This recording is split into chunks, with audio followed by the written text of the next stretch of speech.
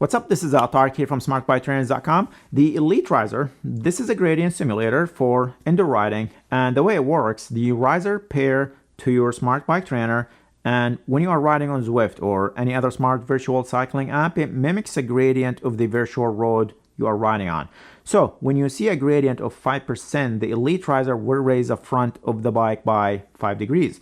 So you're not only feeling the resistance of the trainer increase as you climb, but you are also actually feeling the slope changes as well. Also, the Rizer provides steering and is compatible with Zwift steering. So the Elite Rizer was released last summer, but due to the global supply chain issues, it is still hard to find to this day. I haven't seen it still online in the US. I was told by Elite, however, that some retailers received it and sold out. So maybe by the time you watch this video, you will be able to find one. Oh, and the Rizer cost $1,100 US. Prices vary in other locations as you see up on the screen, so it's definitely a premium product. And speaking of premium, the Rizer is well built and have a premium look to it with a modern high-tech design. It's mostly made of aluminum connected to a steel platform with adjustable feet. You will also see a leather carrying handle on the back, which is nice and actually makes holding the Rizer and moving it around much easier. The base of the Rizer also moves forward and backward to accommodate for the bike's movement as it tilts up and down. Internally, there are no belts that can snap under high load. Instead, Elite opted for a giant threaded metal rod that rotates and moves the Rizer up and down. It works fast and quiet, and the max load the Rizer supports is 264.5 pounds. The Rizer is compatible with the Dorado XR, Dorado XRT, Suto and Suto T, and Elite Tuo. It's also compatible with third-party trainers as well, mainly the Wahoo KICKR 17 and newer models. Basically, the bike trainer has to allow the rotation of the rear hub without causing any damage to your bike, so it is important to check with the trainer manufacturer to make sure that it is compatible. As for bike compatibility, the Rizer supports almost every commercially built bike out there, even with a disc brake and 12mm through axle, and you will find different adapters included in the box. Setting the Rizer up is a straightforward process. After you connect your bike to your trainer, I'm using the Elite tool here, remove the front wheel and attach your bike to the Rizer and make sure it is sitting properly and secured. Then you need to pair the Elite Rizer to your bike trainer. And you can do that by either using the Rizer specific app, which you can download from the App Store, or by pressing and holding the power button for a few seconds until it starts blinking and it will start searching for a trainer. The lights on the base should turn solid once it's connected, or you will see a message on the app that it is paired to a trainer.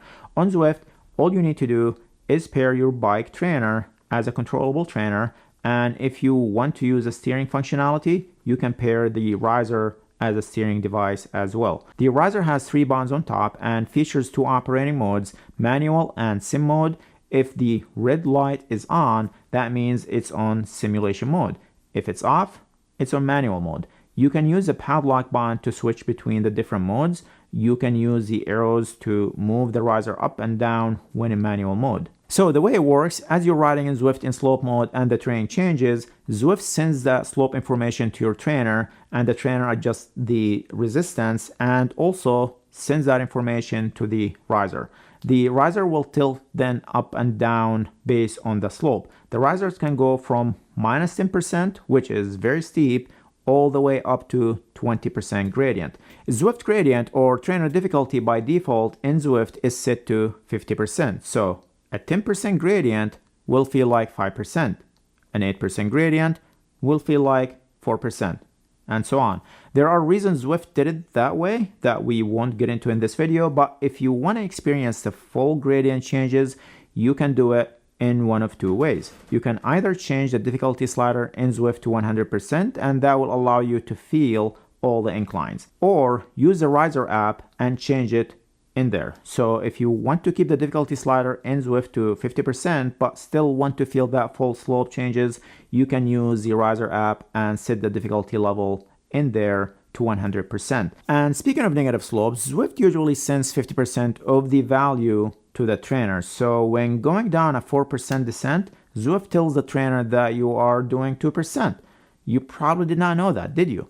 but you can override that in the Rizer app by turning the double negative slope option, and this should allow the Rizer to simulate negative slope correctly. Unfortunately, you will still feel half the negative slope in your legs. The Rizer is not only limited to Zwift, it's also compatible with other apps like RGT Cycling, Rovi, and Full Gas, but the steering functionality is only available in Zwift, but it's sort of useless in Zwift because Zwift disables steering in most scenarios where you might actually benefit from steering, such as racing. But regardless of Zwift steering limitations, it's nice to have the freedom to feel the movement in the handlebar, and because the base also moves, this allows the whole thing to work seamlessly together.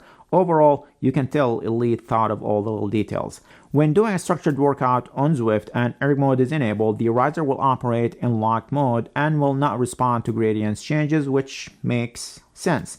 In Zwift, when you are in workout mode, it flattens the terrain for you, so even though you might be on a 10% gradient, the trainer won't simulate a 10% resistance, and instead it will only adjust the resistance to reach your interval target watts. However, you can manually use the controls on top of the Rizer to change the tilt if you would like to.